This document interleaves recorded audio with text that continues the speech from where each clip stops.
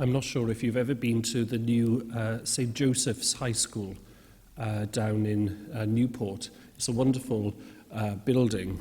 And if you go into the main hall where the assemblies and things take place, all around the walls on quite high up are massive posters of various inspirational people from modern times. And it's done in a sort of a pop art type of style. They all sort of match each other. They are people who the school community can relate to. And they're people who the school community, of the different people who make up the school community, can learn something from. These posters of these inspirational people around the hall of St. Joseph's High School are people who, on the whole, occupy the worldwide stage. They're people who we would be very familiar with. But as well as them, there are also other people there. I'm thinking of, for example, the late head teacher of St. Joseph's School, Sue Jenkins, who I'm sure you would have heard of or know. Indeed, her mother is one of our parishioners here in Cwmbran. Somebody who was inspirational for their community in particular. It's a reminder to us that there are inspirational people, and these inspirational people aren't always millions of miles away and beyond our reach, but that they're rather here among us, in the people who perhaps we sit next to in our pews, who we nod as we offer the sign of peace. Pope Francis calls them the saints next door, and I think there's something wonderful about that title, isn't there? I talk about this because one of the people depicted in these pop art posters around St. Joseph's is Mother Teresa of Calcutta. Mother Teresa was a religious who devoted her life to serving the poor and destitute around the world. Particularly, of course, very famous for caring in very hands-on way to the people of Calcutta. And her sisters continue her legacy, not only in that part of the world, but indeed all over the world, even in our own archdiocese. Earlier today, I was speaking to somebody, and they shared with me a story from her own childhood. He had learnt about the gospel. Mother Teresa had learnt about the gospel from her mother. Her mother had told her that the whole of the gospel, the whole of what we read and understand in the gospel, can be summarized on 5 fingers, the 5 fingers of Mother Teresa. With that, her mother held up her hand, and with each finger, she counted off, "You did it to me." The whole of the gospel summed up in those 5 words. You did it to me. For the young child, this contained everything that her mother believed she needed to know. And of course, as we can see, as she continued to grow, this gave the young Mother Teresa, the young Anais, the foundation and thrust for her life, for her vocation, for her mission in the world.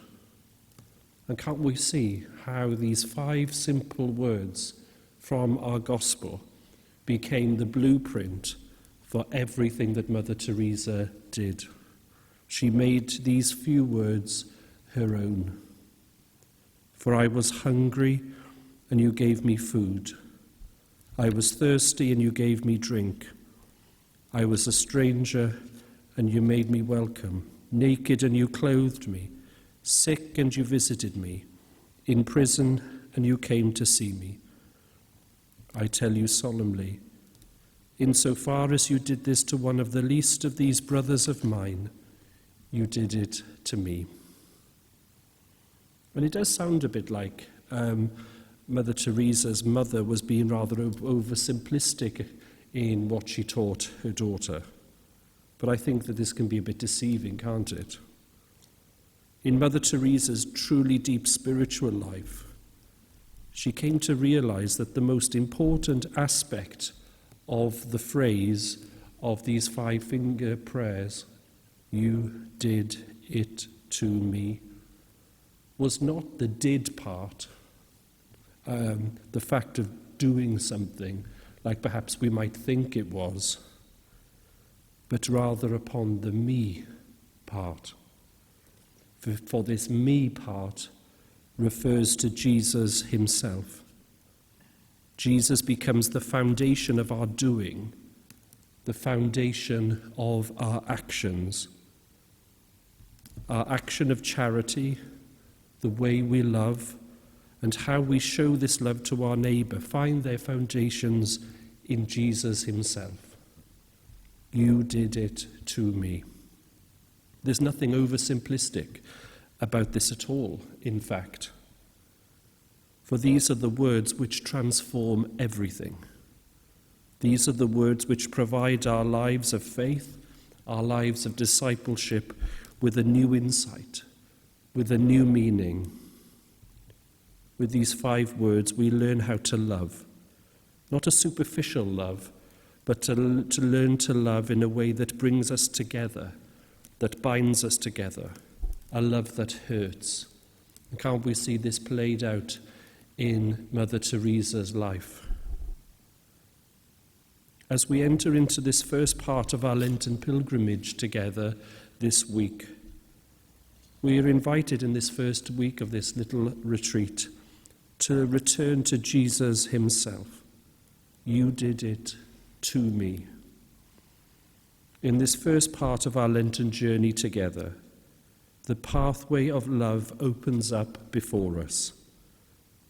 The inspiration of Mother Teresa takes us back to Jesus himself, the source and the foundation of all that we do, indeed the very people we are. And she would exhort her sisters to return to Jesus, to spend that time with him in prayer.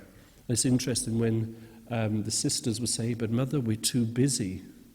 Then she'd make sure that there was an extra hour added to the holy hour. So don't say that this evening. We'll be here all night. It's from Jesus himself, the source, that we are able to be continually renewed and refreshed, that our capacity for love of neighbour finds its new vigour from our personal encounter with the Eucharistic Lord himself. During this first week of Lent, may the inspiration and example of Mother Teresa lead us back to our personal encounter with Jesus himself. May all that we do find their foundations in the time we spend with him, in our life of prayer, in the space we make in our lives where we can make that intimate dialogue with the Lord.